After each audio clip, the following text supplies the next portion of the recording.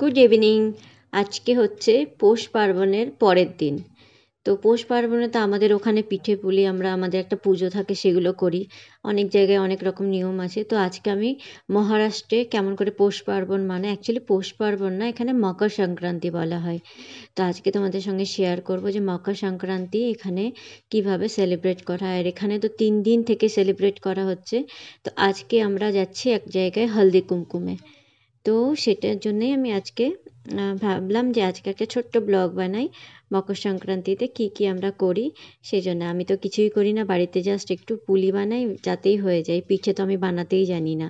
তো দেখো আমি তৈরি হয়ে গিয়েছি আর আমি আমার ফ্রেন্ডের বাড়ি পৌঁছেও গিয়েছি। তো ওখানে লেখা ছিল বোর স্নান আর হলদি কুমকুম। তো বোর স্নান যেটাকে বলা হয়, সেখানে 5 বছর পর্যন্ত বাচ্চাকে ওই যে এখানে বসিয়ে দেয়, দিয়ে এই যে যত সিজনাল ফ্রুটস থাকে, ফ্রুটস না মানে ক্যারেট, পিস, এগুলো কিছু চকলেট, মুড়ি, এগুলো দিয়ে মানে জাস্ট ওপর থেকে দেওয়া হয়, এরকম একটা থাকে। আর আমাদেরকে ডাকা হয়েছে হলদি কুমকুমের জন্য। তো জাস্ট হলদি আর কুমকুম লাগায়, এখানে প্রত্যেকটা পুজোতে এই জিনিস করা হয়। আর ওকে বসে ফটোশ্যুট করাচ্ছে। আর এই করা হয়, করার পর হ্যাঁ নাস্তা দেওয়া হয়। তো আমাদের তো একটা গ্রুপে মানে ভীষণ ফটোশ্যুট চলে আর সব কিছুরই চলে। এখন যেহেতু অনেক কম হয়, কিন্তু তাও সুযোগ যেই পেয়েছে, তো জয়া দেখছি শুরু করেই দিল, এইভাবে ফটো খিঁচবো, এইভাবে ফটো খিঁচবো। তারপরে জানি না কে কেমন স্ট্যাটাসে দিল, তবে খিঁচলো অনেকই।